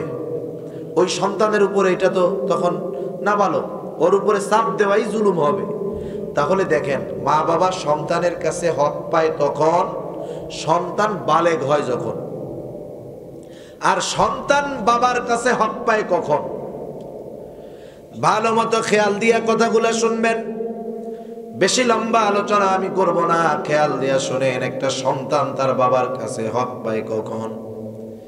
একদিন খলিফাতুল মুসলিমিন হযরত ওমর রাদিয়াল্লাহু তাআলা আনহুর কাছে একটা লোক এসে অভিযোগ দায়ের করলো, ও খলিফাতুল মুসলিমিন, আমার সন্তান আমার হক আদায় করে না। হযরত ওমর রাদিয়াল্লাহু তাআলা আনহু বললেন, তোমার সন্তানটাকে কি সাথে এনেছো? লোকটা বলে, না ওমর, সাথে আনি নাই। হযরত ওমর বললেন, আগামী দিন তারে সাথে নিয়ে আসবা। পরের দিন হযরত ওমর রাদিয়াল্লাহু তাআলা আনহুর কাছে লোকটা সন্তান সহ হাজির হয়ে গেল। এইবার ছেলেটাকে হযরত ওমর জিজ্ঞাসা করতেছে, এই বেটা, তুমি কেন তোমার বাবার হক আদায় করো না? ছেলেটা এবার পাল্টা একটা প্রশ্ন ছুড়ে দিল, বলে, খলিফাতুল মুসলিমিন ওমর, হক কি শুধু মা বাবা সন্তানের কাছেই পায়? সন্তান কি মা বাবার কাছে কোনো হক পায় না? এবার হযরত ওমর রাদিয়াল্লাহু তাআলা আনহু কয়েকটা হকের কথা বললেন। এর মধ্যে সর্বপ্রথম তিনি যেই হকের কথা বললেন, তিনি বললেন, হ্যাঁ পায়। 1 নাম্বার, প্রত্যেকটা সন্তান তার বাবার কাছে তার প্রথম হক হলো একজন নেককার মা। প্রত্যেকটা সন্তানের প্রথম হক হলো নেককার মা। এখন বলেন, নেককার মা কি পোলা দুনিয়ায় আসার আগে হয় নাকি পোলা হওয়ার আগে হয়? হ্যাঁ, সন্তান দুনিয়ায় আসার আগে দেখেন, যেই যুবকটা বিবাহ করে নাই, যারা করছে তাদের কথা পরে, যারা করে নাই ওই যুবক কি তাকদিরে বিবাহ আছে না নাই আল্লাহ জানে, সন্তান হবে কি হবে না আল্লাহ তাআলা জানে। এরপরেও তার এই চিন্তা রাখতে হবে যে আমার অনাগত সন্তানের একটা হক আমার উপরে রয়েছে, যে আমার ওই সন্তানের জন্য একটা নেককার মায়ের ব্যবস্থা করতে হবে। আফসোস, আজকে নেককার দিনদারিত্বের প্রাধান্য নাই, প্রাধান্য হলো সম্পদ আছে আর সুন্দর চেহারা, লাভ দিয়া গিয়া বিয়ে করে নিয়ে চলে আসে, ঠিক না? কিন্তু দেখেন নবীজি কি বলেন, রাসূল আকরাম সাল্লাল্লাহু আলাইহি ওয়াসাল্লাম বলেন, তুনকাহুল মারআতু লিআরবাঈন, লিমালিহা ওয়া লিজামালিহা ওয়া লিহাসাবিহা ওয়া লিদীনিহা ফাযফার বিযাতিদ দ্বীন। চারটি জিনিস দেখে কন্যাদেরকে বিবাহ করা হয়। এক নাম্বার, দেখা হয় তার সৌন্দর্য, দেখা হয় তার বংশ, দেখা হয় তার সম্পদ, দেখা হয় তার দিনদারিত্ব। নবীজি বলেন ফাযফার বিযাতিদ দ্বীন, তুমি দিনকে প্রাধান্য দাও। যদি দিনকে প্রাধান্য না দাও, তারিবাত ইয়াদাক, তোমার হাত ধুলায় মলিন হোক। নবীজি কত সুন্দর কথা জানায়া দিলেন। একটা নারীর মধ্যে যদি এই চারটি গুণ সবগুলাই পাওয়া যায়, ভালোর উপরে ভালো, কিন্তু একজনের মধ্যে তিনটা গুণ আছে, সৌন্দর্য আছে, সম্পদ আছে, বংশ গৌরব ভালো, কিন্তু দিনদারিত্ব নাই, নবীজি বলে ওটাকে দরকার নাই। তুমি দিনদারিত্বকে প্রায়োরিটি দাও, প্রাধান্য দাও। বাকি তিনটা যদি নাও থাকে, একটা সময় এই দিনদারিত্বের কারণে তোমার সংসার জীবনে শান্তি আসবে, ঠিক কিনা বলেন? গ্রামের ভাষায় বলে না, জাতের মেয়ে কালো ভালো, নদীর জল ঘোলাও ভালো। কিন্তু আফসোস, মুরব্বীদের কথার মধ্যে দেখেন কত হিকমত ছিল। সেজন্য একটা নেককার মেয়ে, সে যদি কালো হয় কিন্তু একটা সময় তার দ্বারা শান্তি আশা করা যায়। কিন্তু যদি যত সুন্দর হোক না কেন, দিনদারিত্ব যদি না থাকে, তাহলে একটা সময় ওই সংসার ছোটখাটো একটা জাহান্নামে পরিণত হয়ে যায়। সোজা কথায় প্রথম হক সন্তানের একজন দিনদার মা বিবাহ করার সময়। এজন্য যারা বিবাহ করেন নাই, খালি সুন্দর দেখবেন না, সম্পদ দেখবেন না, আগে দেখবেন দিনদারিত্ব ঠিক আছে কিনা। এরপরে যখন বিবাহ হয়ে যাবে, ওই মায়ের গর্ভে যখন কোনো সন্তান আসবে, এইবার মা সন্তানকে যদি একজন ভালো মানুষ হিসাবে পরিণত করতে চায়, সে সন্তানকে যেমন চায়, গর্ভ অবস্থায়, সন্তান পেটে থাকা অবস্থায় সে তেমন আচরণ করবে। কিন্তু আমাদের দেশে কি হয়, অনেক জায়গায় হয় যে সন্তান পেটে আসছে, এখন তো আর কাম কাজ দৌড়াদৌড়ি হবে না, দৌড়াই দৌড়াই তো চকরিয়া মার্কেটে যাওয়া যাবে না, একটা ব্যাপার সেবার আছে না, ঘরে বসে থাকতে হবে। এবার বলতেছে স্বামীকে যে, শোনো, তুমি যে ডিশের লাইন আইনা দিছো, এতে চ্যানেল হলো 20টা, এটা দেখে আমার পোষায় না, 9 মাস তোমার বাচ্চা পেটে নিয়ে বসে থাকতে হবে, আমার 200 চ্যানেল আছে, এরকম একটা ডিশের লাইন তুমি কিনে দিবা, ঠিক আছে? স্বামীও মগা, আচ্ছা ঠিক আছে দিচ্ছি, কোনো অসুবিধা নাই, তুমি বসে বসে শুধু সিনেমা দেখবা, তুমি নাটক দেখবা, তুমি বাইরে যাবা না, খবরদার। দিল কিনা, কি হলো বলেন? আমি বলতেছি না, মেডিকেল সায়েন্স কি বলে।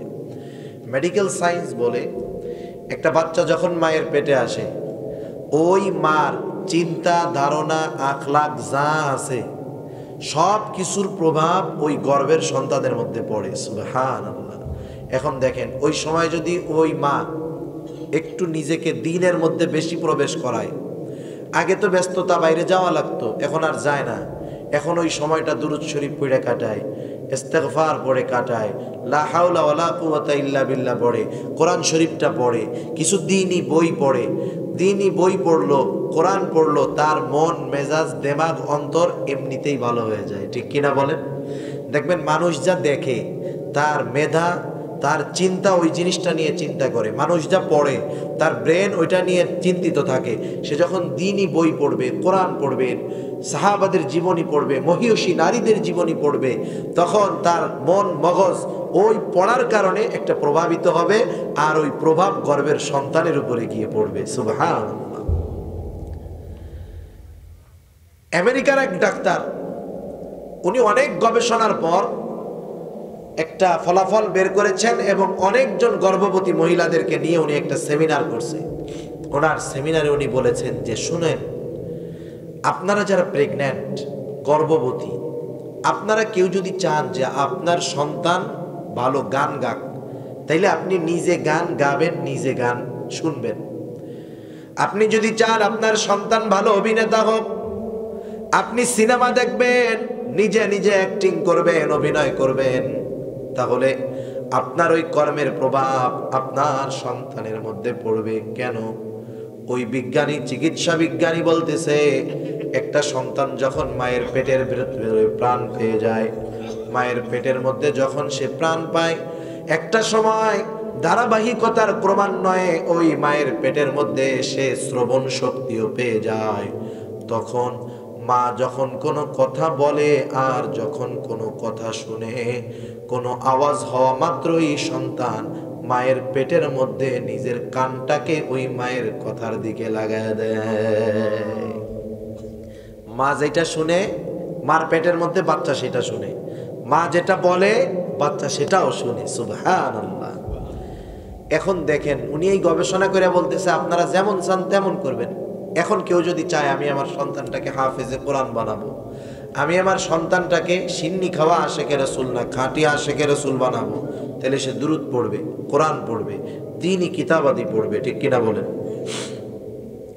আমরা ঘটনা শুনতাম কুতুবউদ্দিন বখতিয়ার কাকি রহমাতুল্লাহি আলাইহি, উনি যখন 4-5 বছর বয়স হলো, কুতুবউদ্দিন বখতিয়ার কাকির মা ওনাকে নিয়ে চলে গেছে ওস্তাদের কাছে।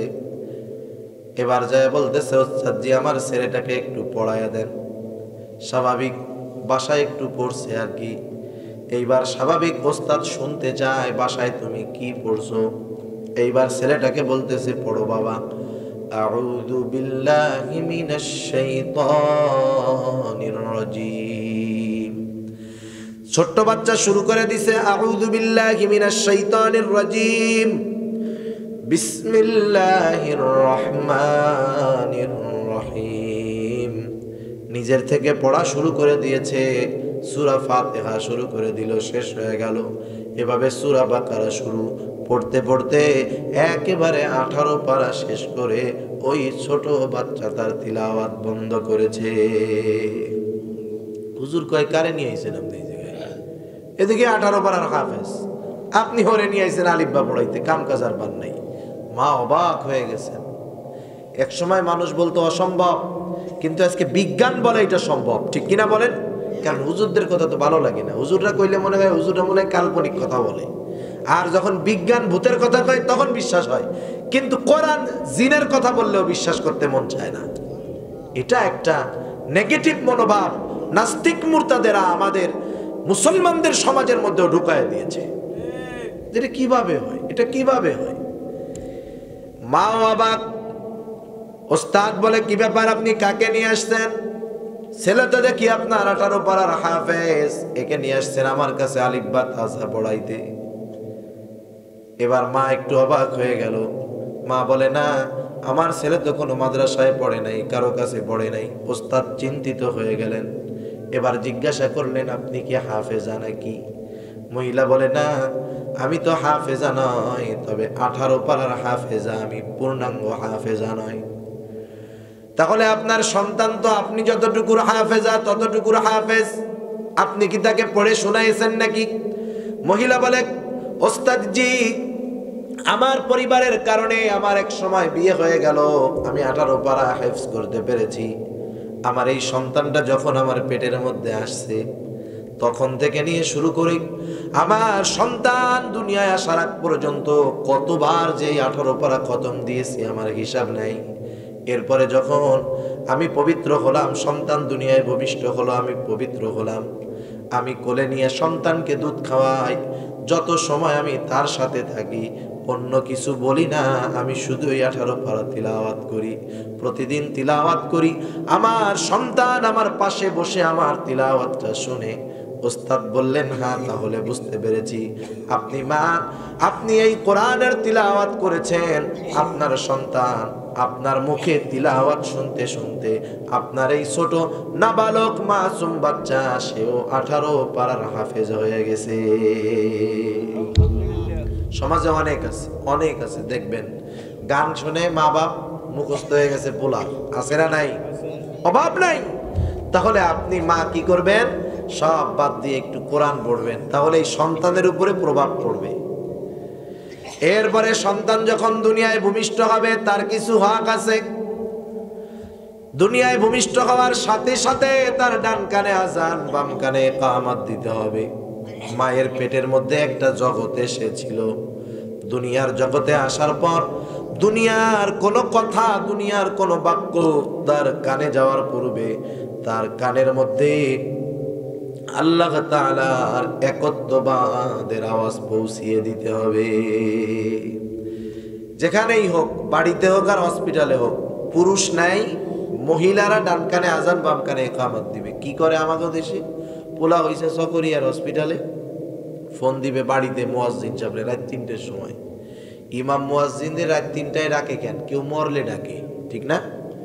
মনে করেন ফোন একজন দিছে, হুজুর হুজুর ওঠেন তো, হুজুর তো ফোন ধরে কে মরছে কে মরছে, কেদার মিয়া আপনার খালি মরলেই ফোন দেয় নাকি?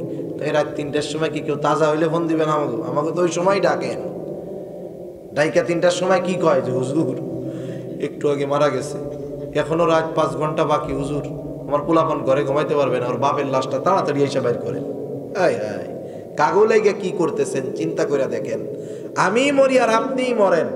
রাত 3টার সময় মারা গেলে ইমাম মুয়াজ্জিনকে ডাক দিয়া বলবে তাড়াতাড়ি ঘরের থেকে বের করেন, অথবা ওই ঘর থেকে তারা বের হয়ে দরজা আটকায় আর এক রুমে গিয়ে বসে থাকবে, ঠিক কিনা বলেন?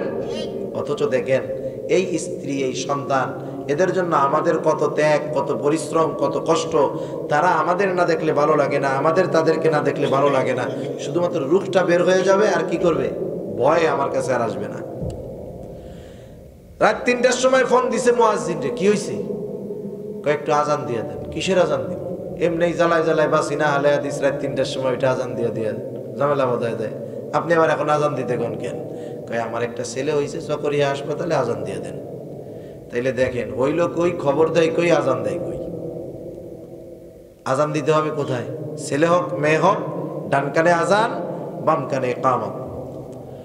এরপরে যখন 7 দিন বয়স হবে, মাথার চুলগুলো মুন্ডন করে চুলের ওজন সমপরিমাণ রৌপ্য অথবা স্বর্ণ অথবা যে কোনো একটার দাম সাদকা করে দিতে হবে। 7ম দিন সুন্দর একটা নাম রাখবে, যেই নামটা তার ধর্মীয় পরিচয় বহন করে। কিন্তু আমাদের দেশের ডাক নাম রাখে কি, রনি, জনি, টনি, সুমন, আছে না? 2-4 জনই জায়গা থাকতেও পারে। চিন্তা করতে হুজুর বলে কি? দেখেন এই নামগুলা ধর্মীয় পরিচয় বহন করে না। রনি নাম হিন্দু বৌদ্ধ খ্রিস্টান সবার আছে, জনি নাম হিন্দু বৌদ্ধ খ্রিস্টান সবার আছে, সুমন নাম হিন্দু বৌদ্ধ খ্রিস্টান সবার আছে। একজন মুসলমানের নাম হবে যেই নাম বলার সাথে সাথে তার ধর্মীয় পরিচয় আর বলা লাগবে না, ঠিক কিনা বলেন? সেজন্য নবীজি আমার বলেন আল্লাহর কাছে প্রিয় নাম হলো আব্দুল্লাহ আর আব্দুর রহমান। এলাকায় আব্দুল্লাহ আব্দুর রহমান বেশি, আপনি আল্লাহর অনেক গুণবাচক নাম আছে, এর সাথে আব্দ যোগ করে রেখে দেন। আব্দুল খালেক, আব্দুল মালিক, আব্দুর রাজ্জাক, আব্দুস সবুর, আব্দুস সত্তার, আব্দুস সামাদ, আছে না নাই? এই ধরনের নাম যদি কোনো বাপ মা রাখে যে আব্দুর রহিম, আব্দুল খালেক, ডাকার সময় আমরাও সাবধানতা অবলম্বন করব। শুধু রহিম, শুধু খালেক, শুধু মালিক ডাকবো না। আব্দুল মালিক, আব্দুর রহিম, আব্দুল খালেক ডাকবো, ডাকা যাবে না? আমরা তো ওইটাও ডাকি না। আপনাকে চিটাগাঙ্গা নোয়াখাইলা 2-3 জায়গায় আছে এরকম, ও খালেক কে গায়, খালেকটাও ঠিক মতো কয় না, কি কয়, ওই মালিক কে গায়, খন্ডে গিয়েও দে, এরকম বলে না। কারো নাম এভাবে তেড়া বেঁকা করে ডাকতে হাদিসে মানা করা হয়েছে। সাবধান, সুন্দরভাবে নাম ডাকতে হবে, নামকে ব্যঙ্গ করে ডাকা যাবে না। আল্লাহ নবী এক হাদিসে মানা করে দিয়েছে, সাবধান, এটা আমরা করব না। সেজন্য সুন্দর একটা নাম হবে, যেই নামটা তার ধর্মীয় পরিচয় বহন করে। এরপরে সপ্তম দিন ছেলে যদি হয় 2টা ছাগল দিয়া, মেয়ে হলে 1টা ছাগল দিয়ে আকিকা দিয়ে দিবে। মনে রাখবেন, বুজুর্গানে দিন কত সুন্দর কথা বলেন।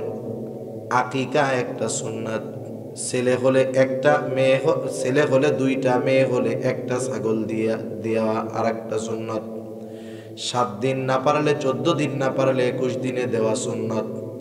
কিন্তু আমাদের সমস্যাটা কোথায়? সপ্তম দিন আপনি আকিকা দিয়ে দিবেন, আপনার ছেলে হইছে কিন্তু 2টা খাসি কেনার অ্যাবিলিটি নাই, আপনি 1টা দিয়েই সপ্তম দিন আকিকা দিয়ে দিবেন। আপনার সপ্তম দিন অ্যাবিলিটি হলো না, 14তম দিনে দেন, 21তম দিনে দেন। আপনার এখন দেওয়ার সামর্থ্য নাই, অ্যাবিলিটি নাই, আপনি পরে যখন খুশি তখন দেন। কিন্তু কিছু মানুষ সেই সময় মতো সামর্থ্য থাকার পরেও, সপ্তম দিন আকিকা দেওয়ার অ্যাবিলিটি থাকার পরেও গাফলতি করে এই চিন্তা করে যে আকিকাটা কোরবানির সাথে দিয়ে দিব। আছে না এরকম? এ কাজ আমরা করব না। আমলের ক্ষেত্রে আমরা সর্ব অবস্থায় সুন্নাহর উপরে আমল করব। আমলের ক্ষেত্রে কিসের উপরে করব? যদি কোনো ইনকেস ছুটে যায় তাইলে আমরা জায়েজের কাছে যাব, আগে থাকবে সুন্নাত। সেজন্য সপ্তম দিনে আকিকা দেওয়া সুন্নাত। 2টা নাই, ছেলের জন্য 1টা দিয়ে আপনি দিয়ে দেন, শেষ। কিন্তু আমরা ইচ্ছা করে বিলম্ব করি, এটা করব না। কোরবানির পশুর সাথে আকিকা দেওয়া সুন্নাত না, জায়েজ আছে। কি আছে? জায়েজ আছে। যারা বলে যে দেওয়া যাবে না, তাদের এটা ভুল। আর যারা দেওয়া যাবে এই চিন্তা কইরা ইচ্ছা করে বিলম্ব করে, তারাও ভুল কাজ করে। কথা বুঝেছেন? ব্যালেন্স থাকতে হবে প্রত্যেকটা জিনিসের মধ্যে। আবার আকিকা দিয়ে ব্যবসার নিয়ত করব না। কিন্তু আপনাদের এলাকায় করে এই ব্যবসা, আকিকা দিয়ে ব্যবসা করে না? গরু একটা জব দিয়াইয়া, দাওয়াত দেওয়াইয়া, সুন্দর মতো আটকাইয়া খাওয়াইয়া, এক পাশ খোলা, পালাবা কোথায় টাকা না দিয়া। আসেনি সিস্টেম? এটা কমিউনিটি সেন্টারের মধ্যে এরকম নিয়ে খাওয়ায় না? এই ধরনের বিজনেস করার চেষ্টা করব না। তাহলে গেল সপ্তম দিন আমরা অ্যাবিলিটি থাকলে আকিকা করব। এরপরে বাচ্চাটা যখন ধীরে ধীরে আস্তে আস্তে বড় হবে, সর্বপ্রথম তাকে কোরআনের শিক্ষা দিব, দ্বীনি শিক্ষায় শিক্ষিত করব। কারণ একটা সন্তানকে দ্বীনি শিক্ষা দেওয়া আর মা বাবার কাছ থেকে দ্বীনি শিক্ষা পাওয়া ওই সন্তানের অন্যতম একটি হক। এই জায়গা কি এই সমস্যা আমাদের? আমরা আমাদের সন্তানদেরকে তাদের হক যে দ্বীন শিক্ষা পাওয়া আমার মাধ্যমে, এটার গুরুত্বই দেই না। কেমন করে আমাদের সন্তান আমাদের হকগুলো আদায় করবে? দেখেন পবিত্র কোরআনুল কারীমের সূরা লোকমান, সূরা লোকমানের মধ্যে হযরত লোকমান তার সন্তানদেরকে অনেকগুলা সু উপদেশ দিয়েছেন। হযরত লোকমান কিন্তু নবী নয়, তিনি একজন আল্লাহওয়ালা, একজন হিকমতওয়ালা, প্রজ্ঞাওয়ালা একজন মানুষ। কিন্তু লোকটার নাম সহকারে এবং সন্তানদেরকে যেই নসিহতগুলা করেছেন, সেই নসিহত সহকারে আল্লাহ তাআলা তার নামেই একটা সূরা নাজিল করেছেন, সূরা লোকমান। সূরা লোকমানের মধ্যে হযরতে লোকমান তার সন্তানদেরকে নসিহত করতেছেন। কি নসিহত? আল্লাহ তাআলা বলেন, হযরতে লোকমান তার সন্তানদেরকে বলতেছে, ইয়া বুনাইয়া লা তুশরিক বিল্লাহ ইন্নাশ শিরকা লাযুলমুন আযীম। প্রথমেই হযরত লোকমান বলতেছে, আমার বৎস, লা তুশরিক বিল্লাহ, আল্লাহর সাথে শিরিক করো না। শিরিক হলো মহা অন্যায়, মহা জুলুম। তাহলে প্রথমেই সন্তানকে আল্লাহর সাথে পরিচয় করাই দিচ্ছে হযরত লোকমান। ধারাবাহিকভাবে যে উপদেশগুলো ছিল আল্লাহ সেগুলো বলার কথা, কিন্তু মধ্যে আল্লাহর একটা কথা বাড়ায় দিলেন। আল্লাহ তাআলা বললেন, ওয়াসাইনাল ইনসানা বিওয়ালিদাইহি। আল্লাহ রাব্বুল আলামিন বললেন, ও দুনিয়ার মানুষ, আমি আল্লাহ তোমাদেরকে ওসিয়ত করতেছি। আল্লাহ যেটা ওসিয়ত করে সেটা ফরজ হয়ে যায়। যেমন আল্লাহ তাআলা কোরআনুল কারীমের মধ্যে বলেন, ইউসিকুমুল্লাহু ফি আওলাদিকুম লিযযাকারি মিসলু হাযযিল উনসায়াইন। আল্লাহ রাব্বুল আলামিন ওসিয়ত করছে। কি ওসিয়ত? সন্তান ছেলে যদি হয় মেয়ে যদি হয় সম্পদ কতটুক পাবে। হ্যাঁ, আল্লাহ তাআলা এইখানে যে বন্টননামা দিয়ে দিয়েছেন, দুইটা কন্যা যা পাবে একজন ছেলে তাই পাবে। এই যে ফর্মুলা, এই যে নির্দেশ, এটা কার? আল্লাহ ওসিয়ত শব্দ ব্যবহার করছে এখানে। এটা ফরজ, এটা পরিবর্তন করার কোনো সুযোগ নাই। যারা ইসলামের স্পষ্ট বিধান, কোরআনের স্পষ্ট বিধান পরিবর্তন করার জন্য বলে নারী পুরুষের সর্বক্ষেত্রে সমান অধিকার চাই, এই সম্পদের ক্ষেত্রেও কোরআনেরটা না মেনে করতে চায়, যদিও দৃষ্টিকোণ থেকে তাদের মানুষরে বুঝাইতে চায় যে হায় রে, আমরা তো ইনসাফ চাইতেছি, পুরুষও যা পাবে নারীও তাই পাবে, কিন্তু আল্লাহ তাআলা যেটা নির্ধারণ করে দিয়েছেন সেখান থেকে বিন্দু পরিমাণ ডাইনে বামে করার কোনো সুযোগ নাই। ঠিক কিনা বলেন? এখানে আল্লাহ এটা ফরজ করে দিয়েছেন, সে কথাই আল্লাহ বলছে অবশ্যইনাল ইনসাফ। আমি মানুষদেরকে এই বিষয়ে ওসিয়ত করতেছি তথা অর্ডার দিচ্ছি, ফরজ করে দিচ্ছি, মানুষেরা যেন তাদের মা বাবার সাথে সদাচরণ করে, ভালো ব্যবহার করে। মুফাসসিরিন ইকরাম বলেন আল্লাহ তাআলা তো এখানে হযরত লুকমানের সন্তানদের প্রতি নসিহতগুলো বর্ণনা করতেছিলেন, কিন্তু এর মধ্যে আল্লাহ এই কথাটা বললেন কেন? মুফাসসিরিন ইকরাম বলেন আল্লাহ তাআলা বোঝাতে চাইলেন যেই বাবা মা তার সন্তানদেরকে আল্লাহর পরিচয় জানায়া দিবে, দ্বীনের পরিচয় শিখাবে, ইসলামের আদর্শে আদর্শিত করবে, এই সন্তানের হকটা আদায় করবে, অবশ্যই আশা করা যায় ওই সন্তান তার মা বাবাকেও বার্ধক্যকালে ফালায়া দিবে না। সেজন্য সন্তানদেরকে প্রথমে শিখাবো দ্বীনি শিক্ষা। ঠিক না? আমাদের কত সহজ, আমরা যদি এখন আমাদের ছেলেটাকে ইঞ্জিনিয়ার বানাতে চাই, ডাক্তার বানাতে চাই, যাই বানাতে চাই না কেন, আমি যদি তার জীবনের শুরুর শিক্ষাটা নুরানি মাদ্রাসায় দিয়ে দেই, ওইখানে যদি 3-4 বছর সে পড়ে, সে ইংরেজি শিখবে, বাংলা শিখবে, সব শিখবে, পাশাপাশি নিজে দ্বীনের উপরে চলতে যা দরকার, ও বড় হওয়ার পরে ওর সন্তানদেরকে দ্বীনের উপরে পরিচালিত করার জন্য যতটুকু ইলম দরকার, জ্ঞান দরকার, এই নুরানি মাদ্রাসা থেকে ওই বাচ্চাটা শিখে যাবে। এরপরে 4-5 পাস করার পর আপনি তারে হাই স্কুলে দেন, কিন্তু এই 5টা বছর মাদ্রাসায় পড়ার কারণে তার ভিত্তিমূলক শিক্ষা, দ্বীনি শিক্ষা হওয়ার কারণে ও কখনো নাস্তিক হবে না, ইসলাম বিদ্বেষী হবে না। ঠিক কিনা বলেন? আর যদি না দেন, না পড়ান, তাইলে কিন্তু হক নষ্ট করলেন সন্তানের। ও বড় হইয়া ওই যে সেই কাকার গল্প কইছি না, ইঞ্জিনিয়ার হবে, ডাক্তার হবে, বিদেশে 10 তলা বাড়ির মালিক হবে, কিন্তু আপনাকে নাপা কেনার টাকাও দিবে না। আপনার মনের আশা তো ওইটা, ছেলে ডাক্তার হবে, ইঞ্জিনিয়ার হবে, আপনি তো আর দিনদার হবে এই নিয়ত করেন নাই। আপনার যদি নিয়ত থাকতো যে আমার ছেলে ডাক্তার হবে, তবে দিনদার ডাক্তার, আমার ছেলে ইঞ্জিনিয়ার হবে, ইঞ্জিনিয়ার হবে দিনদার ইঞ্জিনিয়ার, তাইলে আপনি দিনদার আগে, ইঞ্জিনিয়ার পরে, তাই না? তাইলে আপনি আগে ওরে দিনদার বানাইতেন, এরপরে ইঞ্জিনিয়ার বানাইতেন, তাইলে বুড়াকালে আপনার আর কষ্ট হইতো না, আরামে শীতের দিন গরম মেশিন চালায় দিত, আরামে বসে থাকতেন। আর এখন নাপা ট্যাবলেটও পাওয়া যায় না। সেজন্য সন্তানকে প্রথম দ্বীন শিক্ষা দিতে হবে, এরপরে যা করেন করেন, অসুবিধা নাই। এরপরে যখন এই সন্তান ছেলে হোক আর মেয়ে হোক, আর 5-7 মিনিট 10 মিনিট আর বেশি কষ্ট দিব না। এইবার ওই ছেলেটা, মেয়ে হোক আর ছেলে হোক, ওর বয়স যখন, ছেলের বয়স যখন 7 বছর হবে, নবীজি বলেন 7 বছর হলে তোমরা সন্তানদেরকে নামাজের জন্য তাগিদ দাও, 10 বছর বয়স হলে নামাজের জন্য প্রহার করো, খানা বন্ধ করে দাও। কিন্তু যদি আপনার ছেলেটা 4-5 বছর বয়স থেকে নুরানি মাদ্রাসায় যায়, আমার দিল এই সাক্ষী দেয়, নামাজের ব্যাপারে আপনার আর টেনশন করা লাগবে না, কারণ ও তো 4-5 বছর বয়সে পাক্কা ইমামতির যোগ্যতা অর্জন করে যাবে। যেসব মাদ্রাসায় মাঝে মধ্যে যদি বার্ষিক সভা মাহফিলে যান, দেখবেন নুরানির ছেলেদেরকে দিয়ে, এই 3-4 বছরের ছেলে কত সুন্দর জানাজা পড়ায়, নামাজ পড়ায়, 2 রাকাত নামাজে 60টা মাসালা সুন্দরভাবে। তাইলে নামাজের জন্য ওরে জোর করাও লাগবে না, পিটানোও লাগবে না, খানা বন্ধ করানোও লাগবে না। আপনার বড় একটা দায়িত্ব ওই নিজের থেকেই পালন করে দেবে।